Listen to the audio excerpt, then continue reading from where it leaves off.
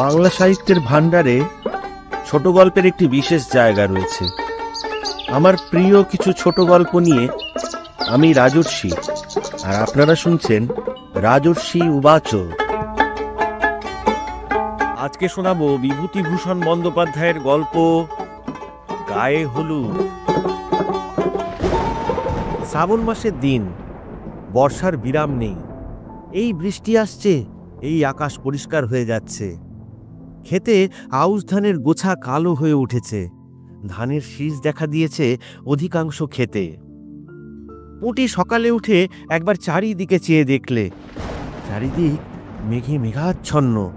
হয়তোবা একটু পরে টিপটিপ বৃষ্টি পড়তে শুরু করে দেবে।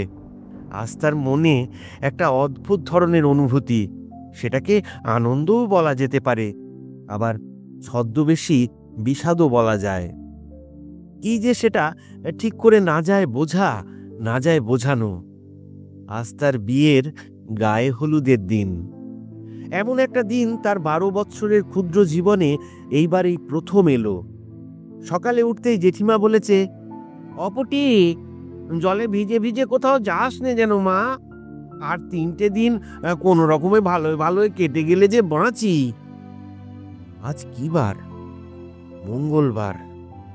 শনিবার বুঝি বিয়ের দিন। পুটির মনে সত্যি কেমন হয়। আনন্দের একটা ঢেউ যেন গলা পর্যন্ত উঠে আটকে গেল। বিয়ে বেশি দূরে কোথাও নয়, এই গ্রামেই, এমনকি এই পাড়াতেই। একঘর ব্রাহ্মণ আজ বছরখানেক হলো অন্য জায়গা থেকে উঠে এসেছেন এখানে। 2খানা বড় বড় মেটির ঘর বেঁধেছেন, 1খানা রান্নাঘর। এতদিন ধরে সে সঙ্গিনীদের সঙ্গে সেই বাড়িতে কুল পাড়তে গিয়েছে, সত্যনারায়ণের সিন্নি আনতে গিয়েছে।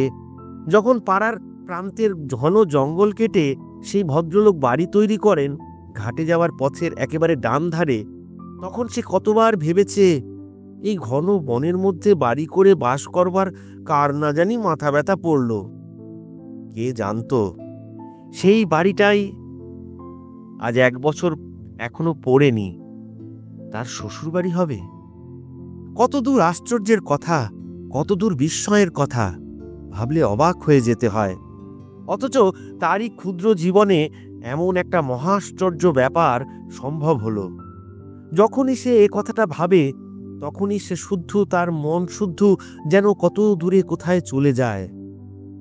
ওই ভদ্রলোকের একটিমাত্র ছেলে, নাম সুবোধ। তারই সঙ্গে ওর বিয়ের সম্বন্ধ হয়েছে। সুবোধকে এই সম্বন্ধের আগে তাদের বাড়িতে কয়েকবার যাতায়াত করতে দেখেছে। বেশ ফর্সা, লম্বা মতো মুখ। এবার ম্যাট্রিক দিয়েছে, এখনো পরীক্ষার ফল বার হয়নি।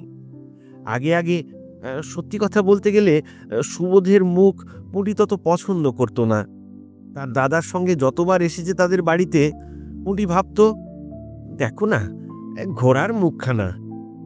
কিন্তু কিন্তু আজকাল আর সুবোধের মুখ ঘোড়ার মতো তো মনে হয়ই না। মনে হয় বেশ চমৎকার মুখ। গ্রামের ছেলেদের মধ্যে অমন চোখ, অমন রং, অমন মুখের গড়ন কার আছে? রায়েদের পাঁচি সেদিন বলেছিল তাকে, হ্যাঁ রে, তুই যে বড় ঘোড়া মুখ বলতিস, তোর অদেষ্টে শেষকালে কিনা সেই ঘোড়া মুখই জুটল। পুটি মারতে ছুটে গিয়েছিল তার পিছু পিছু। পুটির বাবা গোলার দূরে দাঁড়িয়ে ধান পারবার ব্যবস্থা করছে। তার বাবা বেশ চাষিবাসী গেরস্থ। পুটিদের বাড়িতে 4টা বড় বড় ধানের আউড়ি আছে, গোলা আছে একটা। আউড়ি জিনিসটা গোলার চেয়ে অনেক ছোট, 3-4 বিষ ধান ধরে, আর একটা গোলায় ধরে 1 পৌটি, অর্থাৎ 16 বিষ ধান। তাদেরও ধান আছে, গোলা ভর্তি, সব কটা আউড়ি ভর্তি। কলকাতায় চাকুরি করেন এপাড়ার হরি কাকা। তিনি মাঝে মাঝে গায়ে এসে পুটির বাবাকে বলেন, আর কি রায়মশাই, এই বাজারে তো আপনি রাজা। গোলা ভর্তি ধান রেখেছেন ঘরে, আপনার মহড়া কে নেয়? কলকাতায় ওই কিউতে দাঁড়িয়ে 1 সের চাল নিতে হচ্ছে, আর আপনি? পুটি জিজ্ঞেস করেছিল, কিসে দাঁড়িয়ে চাল নিতে হয় বাবা? ওই বলছিল হরি কাকা। কে জানে কিসে দাঁড়িয়ে, তুই নিজের কাজ কর, আমি নিজের কাজ করি, মিটে গেল। তুমি জানো না বুঝি ও কথাটার মানে? না বাবা। না জেনেও তো পায়ের উপর পা দিয়ে এ বাজারে চালিয়ে দিলাম মা। কলকাতার মুখ না দেখেও তো বেশ যাচ্ছে। কলকাতায় নাকি মানুষের এক সের চালের জন্যে 4 ঘন্টা কোথায় নাকি দাঁড়িয়ে থাকতে হয়। কি যে বাড়িতে তার বিয়ে হচ্ছে, তাদের অবস্থা তো ভালো নয়। সুবোধ যদি পাশ করে তবে হরিকাকা ভরসা দিয়েছেন কলকাতায় নিয়ে গিয়ে ওর আপিসে চাকরি করে দেবেন। তাহলে তাকেও কি কলকাতায় গিয়ে বাসায় থাকতে হবে আর সে দাঁড়িয়ে রোজ 1 সের চাল নিয়ে রাখতে হবে? সে বড় কষ্ট। তবে মানে মানে সুবোধ যদি সঙ্গে থাকে, সে বোধহয় সব রকম কষ্টই করতে প্রস্তুত আছে। তাদের ধানের গোলা থেকে ধান পাড়া হচ্ছে। খাবড়াপোতা থেকে সীতানাথ কলু আড়তদার এসেছে, ধান কিনে নিয়ে যাবে। বিয়ের খরচপত্র ওই ধান বেচে করতে হবে কিনা। ওর জেঠিমা বলছেন, অপটি আজ কোথাও বেরিও না মা, ওই নাপিত ও বাড়ি থেকে গায়ে হলুদ নিয়ে আসবে, সেই হলুদ গায়ে দিয়ে তোমায় নাইতে হবে যে। এমন সময় সাধন জেলে এসে ভিজতে ভিজতে উঠোনে দাঁড়ালো। হাত জোর করে মাথা নিচু করে প্রণাম করে বললে, পা তো পেন্নাম।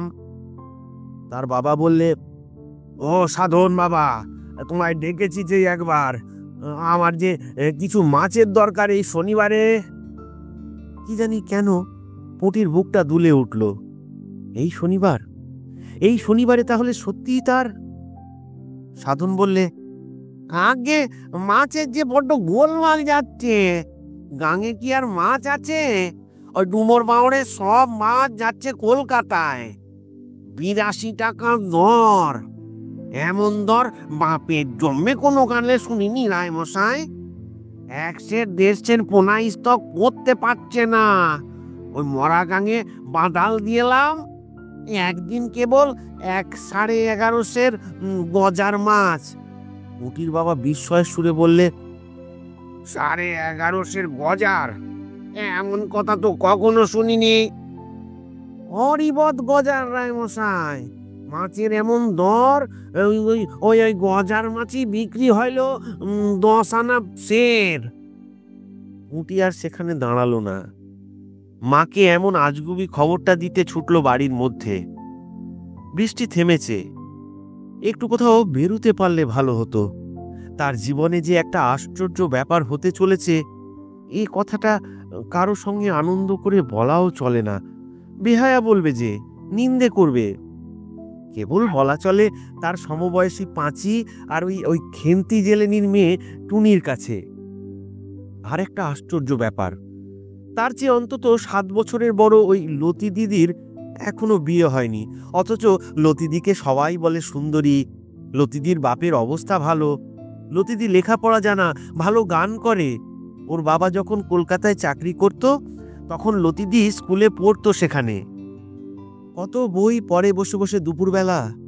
পুটি ওদের বাড়ি যায় যখনই, তখনই দেখে লতিদি বই মুখে বসে। পুটি ভালো লেখাপড়া জানে না, বইয়ের নাম পড়তে পারে না। লতিদি একটু ঠেকারে। সে লেখাপড়া জানে না বলে বুঝি আর মানুষ না। তাকে বলে, তুই বইটই নাড়িস নে পুটি, কি বুঝিস তুই এর আস্বাদ? পুটি হয়তো বলে, এ কি বই বলো না লতিদি। যা যা, আর বইয়ের খবরে দরকার নেই। শরৎ চাটুর্যের নাম শুনেছিস? কোথা থেকে শুনবি? তোরা শুধু জানিস ঢেকিতে পার দিয়ে কি করে চিঁড়ে কুটতে হয়। ওই তাই করগে, যা। এদিকে কেন আবার? আচ্ছা আচ্ছা, আজ তার লতিদিকে বলতে ইচ্ছে হচ্ছে, ওই লতিদি, তুমি এত বই পড়ে টড়ে বসে আছো, এত সব নাম টাম জানো, ওই তোমার তো আজও বিয়ে হলো না। আমার জীবনে এত বড় একটা আশ্চর্য কাণ্ড তো টুক করে ঘটে গেল। ধানের নিন্দে করো, বাবার গোলায় ধান ছিল বলে তো আজ। ওই তোমাদের তো। তারপর তারপর ম্যাট্রিক পাস বর। এই গায়ে পাশ করা ছেলে একমাত্র আছে মুখুজ্জেদের জীবনদা। সে নাকি 2টো পাস। কোথায় চাকরি করছে যেন, ওই দিকে কোথায়। যার সঙ্গে বিয়ের কথা হচ্ছে সে মুখ্য নয়। পাশের খবর বেরুবার দেরি নেই। বাবা বলেন, সুবোধ নিশ্চয়ই পাস করবে। হে ভগবান, তাই করো, কাজ যেন সে করে। সত্যনারায়ণের সিন্নি দেবে সে শ্বশুর বাড়ি গিয়ে। নাপিত এসে বললে, মা ঠাকুরুন, ও বাড়ি গিয়ে থেকে দেখে এলাম গায়ে হলুদের লগ্ন বেলা 10টার পর। আপনাদের যা দিতে হবে তার আগে দিয়ে দিবেন। গায়ে হলুদের তত্ত্ব আসবে ও বাড়ি থেকে, কি রকম জিনিসপত্র না জানি দেবে। পুটির মনটা চঞ্চল হয়ে উঠল। একখানা লাল কাপড় নিশ্চয়ই তারা দেবে। পুটির মোটে 3খানা শাড়ি আর একখানা ওই ডুরে শাড়ি আছে মায়ের বাক্সে তোলা। এবার তার অনেক কাপড় হবে, গহনাও হবে। 5 ভরি সোনা দেবার কথাবার্তা হয়েছে। এতদিন 2টি দুল ছাড়া অন্য কোনো গহনা তার অঙ্গে ওঠেনি। অথচ ওই কুমারী মেয়ে লতিদিরই হাতে 6 গাছা করে চুড়ি, গলায় লকেট ঝোলানো হার, কানে পাশা, হাতে আংটিও আছে। ও থাকতো শহরে, সেখানে মেয়েদের চাল চলন আলাদা। এসব পাড়াগাঁয়ে কুমারী মেয়েরা কাঁচের চুড়ি ছাড়া আবার কি গহনা পরে? অত পয়সাও নেই তার বাপের। গোলায় 2টো ধান আছে মাত্র, নগদ পয়সা কোথায়? যা কিছু করতে হয় সে ওই ধান বেচে। ভীষণ বৃষ্টি এসেছে, সঙ্গে সঙ্গে সামান্য ঝড়। রান্নাঘরের ছাঁচতলায় দাঁড়িয়ে বকনা বাছুরটা ভিজছে। কচু পাতায় জল জমে আবার গড়িয়ে গড়িয়ে পড়ছে। তাদের কৃষাণ বিরুমুচি বলছে, দিদি ঠাকুরুন, তা একটু তামাক দেও মনে। বিয়ে বাড়ি যে মনেই হচ্ছে না। 2-10 চিলিম তামাক পোড়াবে, তবে তো বোঝাবো যে নগন সামনে গেছে। পুঁটি বিরুকে ধমক দিয়ে বললে, যা, তোর আর বক্তৃতা দিতে হবে না। তামাক আমি কোথায় পাবো? ও কাকিমার কাছে গিয়ে চাওগে, যাও। একটু বেলা হয়েছে, বাড়িতে অনেক লোক এসেছে বিয়ের জন্য। বিয়ে বাড়ির মতো দেখাচ্ছে বটে। কুমোরপুরের কাকিমা, 5 ঘরার মাসিমা তাদের ছেলে মেয়েদের নিয়ে এসেছেন। আজ বেলা 11টার সময় আরও একদল আসবে। স্টেশনে গাড়ি গিয়েছে। মেয়েরা সবাই দল বেঁধে নদীতে নাইতে গেল। কুমোরপুরের কাকিমা যাওয়ার সময় তাকে বলে গেল, ওই বাণুজ্যদের বাড়িতে পিড়ি চিত্তির করতে দিয়ে আসা হয়েছে পুঁটি, দেখে আসিস সে দুখানা পিড়ি হয়েছে কিনা। কাকিমার এটা অন্যায় কথা, তার লজ্জা করে না? নিজের বিয়ের পিড়ি নিজে বুঝি সে চাইতে যাবে? এত বেহায়া সে এখনো হয়নি। তার বাবা চণ্ডী মণ্ডপ থেকে হেঁকে বললেন, পুটি, হাতায় করে একটু আগুন নিয়ে এসো মা।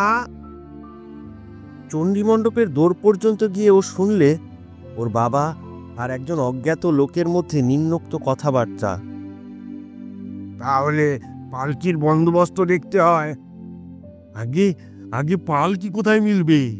ও 16 ডুবুরির কাহারপাড়া নিবংশ, পালকি বইবার মানুষ নেই এদিগরে। তবে তবে ঘোড়ার গাড়ি নিয়ে এসো বনগাঁ থেকে। এই কাদা জলে 10 টাকা দিলেও আসবে না, আসবার রাস্তা কই? আহা, ওরা বিদেশি লোক, বর আসবার ব্যবস্থা আমাদেরই করে দিতে হবে, বুঝলে? আমরাই পাচ্ছি নে, ওরা কোথায় পাবে? হ্যাঁ, হিম হয়ে বসে থেকো না। যা হয় হিল্লে লাগিয়ে দাও একটা।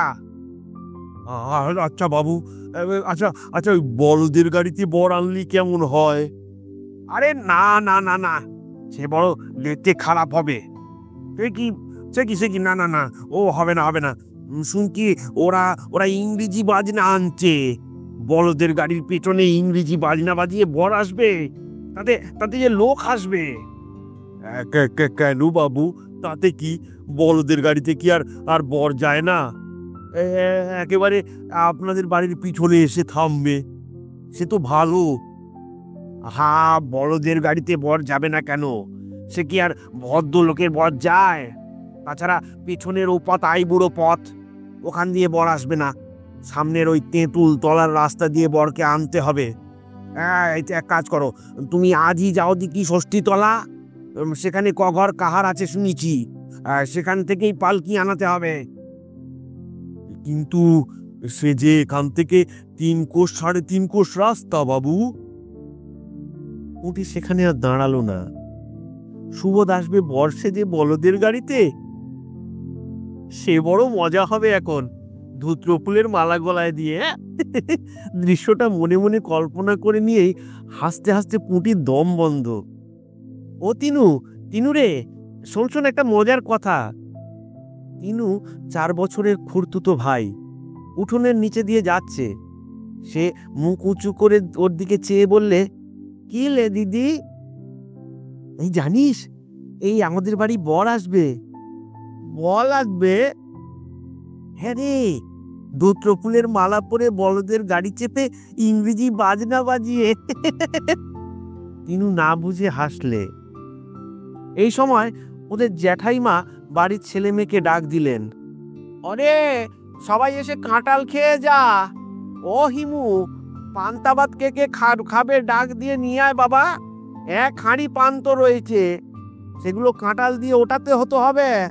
ভাত ফেলতে পারবো না, এই দুধের বাজার বাবা। পান্ত ভাত ও কাঁঠাল পুঁটির অতি প্রিয় খাদ্য, কিন্তু আজ এখন তার খাবার নাম করবার জো নেই। খিদেও পেয়েছিল, ইচ্ছে করলে সে কলসি থেকে কাঁঠাল বিচি ভাজা আর মুড়ি লুকিয়ে পেড়ে নিয়ে খেতে পারত, কিন্তু সেই ইচ্ছে তার নেই। তাতে ভগবান রাগ করবেন। আজকের দিনে সে ভগবানকে রাগাবে না। বেলা বাড়ল, ও বাড়িতে শাঁখ ও উলুধ্বনির শব্দ শোনা গেল।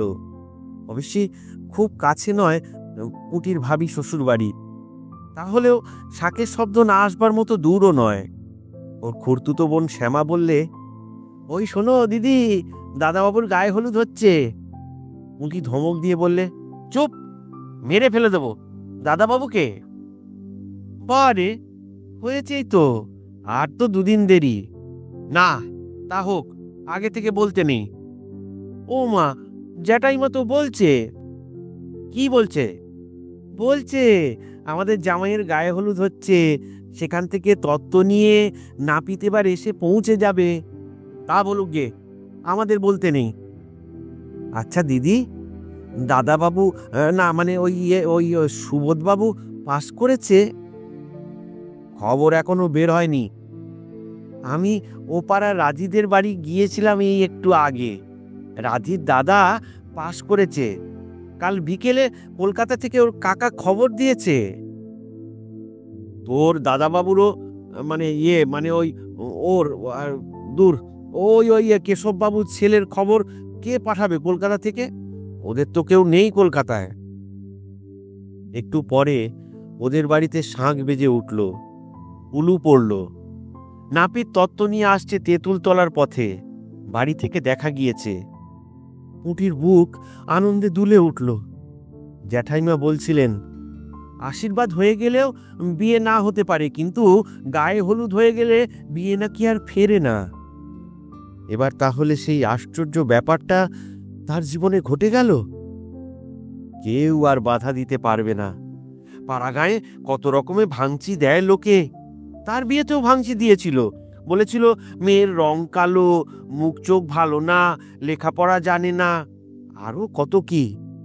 কিন্তু সুবোধ, না না, ছি, ও নাম করতে নেই, নাম হিসেবে মনে ভাবতে নেই।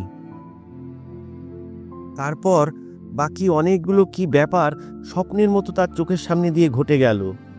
শাঁখের ডাক, উলুধ্বনি, মা, কাকিমা, জ্যাঠাইমা তাকে তেল হলুদ মাখিয়ে দিলেন। গায়ে হলুদের তত্ত্ব এলো, লাল পাড় শাড়ি, তেল, হলুদ, একটা বড় মাছ, 1 হাঁড়ি দই। তার সমবয়সী বন্ধু 3 জন খেতে এলো তাদের বাড়ি। তাকে কাছে বসিয়ে কত যত্ন করে মাছ দিয়ে, দই দিয়ে মা জ্যাঠাইমা কত আদর করে খাওয়ালেন, কত মিষ্টি মিষ্টি কথা বললেন। সোনার পিঁড়িতে সিঁদুর দেওয়া হলো, প্রদীপ দেখানো হলো, যাতে শূন্য ধানের গোলা সামনের ভাদ্র মাসে আউশ ধানে অন্তত অর্ধেকটা পুড়ে যায়। বাবা বলেন, গোলার ধান খালি হয়ে যেত না, মধ্যে কি একটা গভর্নমেন্টের হাঙ্গামা এলো, কেউ গোলায় ধান জমিয়ে রাখতে পারবে না, তাতেই অনেক ধান কর্য দিতে হলো গ্রামের লোকজনকে। গায়ে হলুদের তত্ত্বে আরো অনেক জিনিস এসেছিল। খাওয়া দাওয়ার পরে গায়ের মেয়েরা কেউ কেউ দেখতে এলো। তখন সে নিজেও দেখলে। আগে লজ্জায় ওদিকেও সে যায়নি। একটা শাড়ি, একটা ব্লাউজ, সায়া একটা, আলতা, সাবান, আয়না আর গন্ধ তেল। এসব জিনিস তার নিজস্ব, কারও ভাগ নেই এতে। সে ইচ্ছে করে যদি কাউকে দেয় তবেই সে পাবে, নইলে নিজের বাক্সে রেখে দিতে পারে, কারও কিছু বলবার নেই। সব কাজ মিটতে বেলা 2টো বেজে গেল। পুটির মন ছটপট করছিল। ও পাড়ার লতিদি, হিমি, অন্ন, রাধি এরা কেউ আসেনি। এদের গিয়ে একবার দেখা দেওয়া দরকার, যাতে তারা বুঝতে পারে যে তার গায়ে হলুদের মতো আশ্চর্য ব্যাপারটা আজ সত্যিই ঘটে গিয়েছে। আচ্ছা আচ্ছা, যখন ইংরেজি বাজনা বাজিয়ে বর আসবে তাদের বাড়ির দোরে, তেঁতুলতলার ওই পথটা দিয়ে বোধনতলার কাছে পালকি নামিয়ে প্রণাম করে বাজি পড়বে, লোকজনের হৈ হৈ হবে, ওহ, সে সময়ের কথা ভাবাও যায় না। দেখে যেন পাড়ার সব মেয়েরা এসে। সে বেড়াতে বেড়াতে গেল মুখুজ্জে বাড়ি। মুখুজ্জে গিনি ওকে দেখে বললেন, কিরে পুটি, আয় মা, আয় আয় আয়, গায়ে হলুদ হয়ে গেল? আহা হা হা, এখন ভালোই ভালোই দুহাত এক হয়ে গেলে ব্যাস। বসো মা, বসো বসো। একটু পরে লতিকাও সেখানে এসে হাজির হলো। পুটিকে দেখে বললে, ও পুটি, আরে তোর আজ গায়ে হলুদ ছিল না, হয়ে গেল? এই এই কি তত্ত্ব এলো শ্বশুর বাড়ি থেকে? মুখুজ্জে গিন্নি বললেন, বস মা, তোরা বস। লতি, পুটির সঙ্গে গল্প করো, একটু চা করে আনি।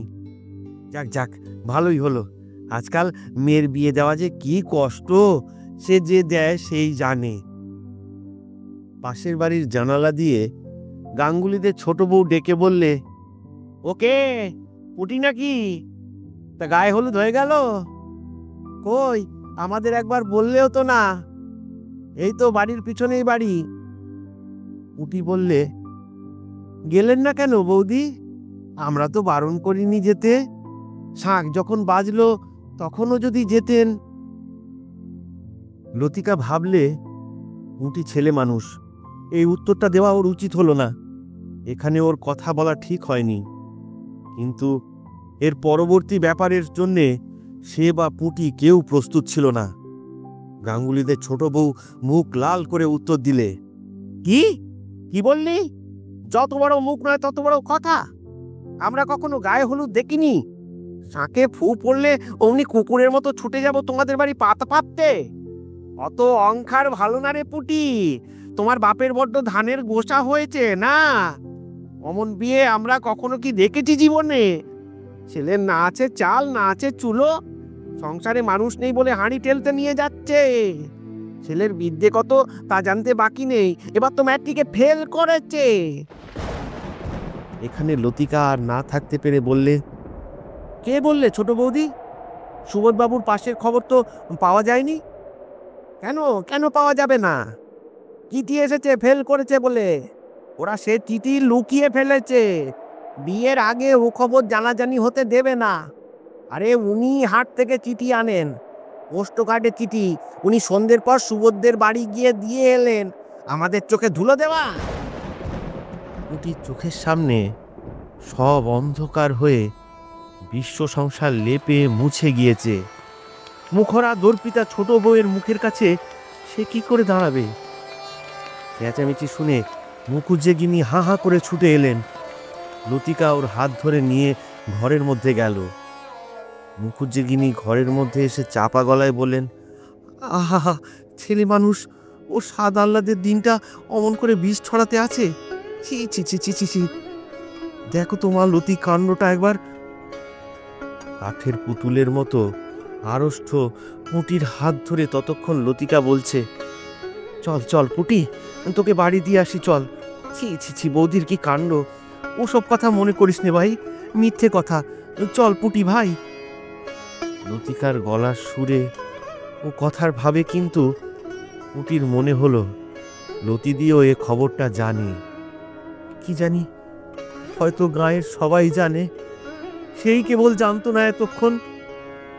পথে পা দিয়েই লজ্জায় অপমানে সে ছেলে মানুষের মতো কেঁদে ফেলে বললে, লতিদি, আমি কি বলেছিলাম ছোট বৌদিকে? খারাপ কথা কিছু?